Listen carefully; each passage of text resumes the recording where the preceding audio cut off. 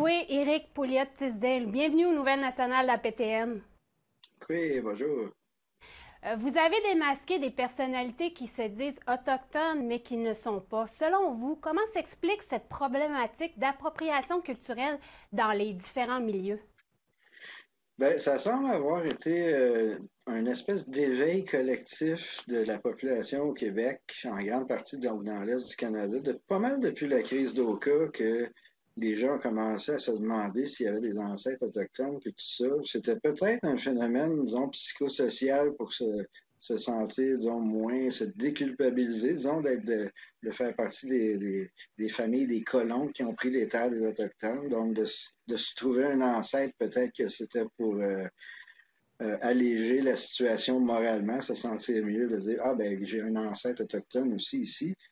Néanmoins, on peut voir qu'à peu près 10 ans plus tard, dès le recensement de 1900, de 2001, donc après 1990, on voit que là, c'est là vraiment que les masses de gens commencent à s'auto-identifier en tant qu'autochtones, métis et tout ça. Et puis, l'Alliance autochtone, c'est un organisme métis qui, autrefois, s'occupait surtout des femmes, juridiquement, les femmes autochtones qui avaient perdu leur statut en mariant des Blancs. Mais en 85, lorsqu'elles ont regagné leur statut, ils ont commencé à mousser leur publicité pour attirer des gens qui avaient des ancêtres dits métis. Sauf que la culture métisse, c'est une culture qui a développé une langue et des mœurs et coutumes particulières. Et puis, ensemble, ils sont partis dans l'Ouest. Donc, s'il y en a qui ont des ancêtres de ceux-là, mais qui font pas partie de cette secte, ce groupuscule-là, qui sont partis dans l'Ouest, qui ont développé des mœurs et coutumes propres à eux, bien évidemment, ils ne font pas partie des métis. Ils sont métissés, mais ils ne font pas partie de la nation métisse. Donc, environ entre 60 à 90% des Québécois ont un à quatre ancêtres autochtones, de 1600 à 1700 approximativement. Donc, génétiquement, à peu près tout le monde a un petit peu de sang indien, soit de 1 à 2% au Québec. Mais côté mœurs et coutumes, il y a absolument zéro. Parce qu'on voit que les enfants, plus tard, ont soit tous regagné la communauté autochtone, ou ceux qui ont marié des Blancs se sont mariés avec des Blancs et tout ça. Puis la culture autochtone s'est finalement effacée. Donc, il y a eu environ 200 unions mixtes entre 1600 et 1790 approximativement. Et puis, la majorité de ces enfants-là sont retournés en communauté autochtone. Donc, cette espèce de sentiment soudain là, des gens de devenir autochtones et tout ça, ben c'est vraiment exagéré. Comme moi, par exemple, c'est ma grand-mère qui est autochtone. Quand je marche dans la... Oui, j'ai mon statut autochtone, mais quand je marche dans la rue, je ne dis pas «Allô, je suis un autochtone».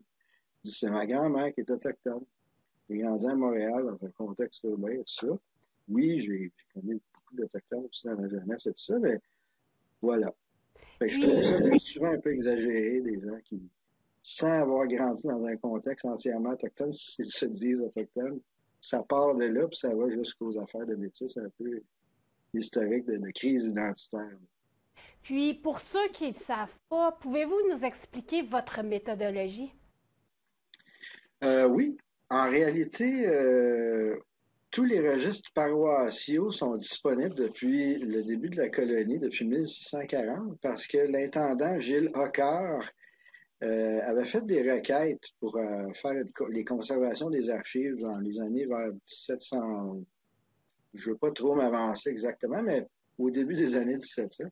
Et puis le roi trouvait que, bon, c'était pas une nécessité, mais l'intendant Gilles Leclerc avait malgré tout organisé des chambres pour faire la conservation des archives. Et dès lors, depuis, tout a été conservé. On n'a pas eu de guerres particulières qui ont fait, comme en Europe, donc les différentes guerres, différentes églises ont brûlé, ainsi de suite. Donc, plusieurs registres sont perdus. Mais ici, on n'a pas eu de guerre, tout a été bien conservé, à l'exception de peut-être quelques paroisses par-ci, par-là, mais c'est très, très rare. Et les transcriptions avaient déjà été faites généralement. Donc, on a tout ça, les registres paroissiaux de 1640 à 1920, qui sont tous disponibles, et on a les recensements aussi depuis 1825 jusqu'à 1921 qui sont également en ligne et disponibles soit dans les archives de BANQ de votre secteur ou alors Ancestry ont fait une entente avec les Archives Canada et ils ont mis tous les microfilms des registres paroissiaux et des recensements en ligne.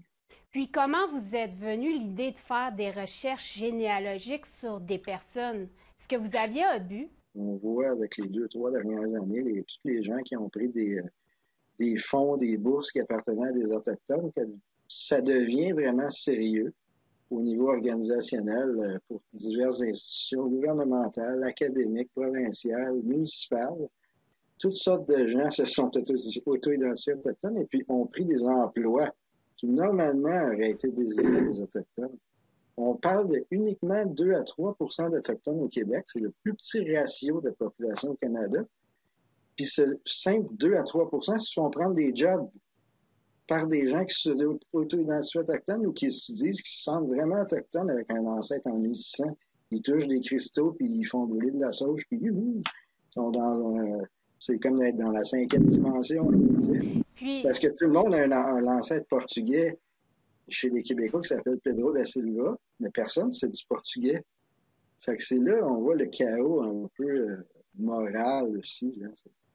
puis, selon vous, comment les institutions ou les organisations peuvent-ils contrer cette problématique d'appropriation culturelle?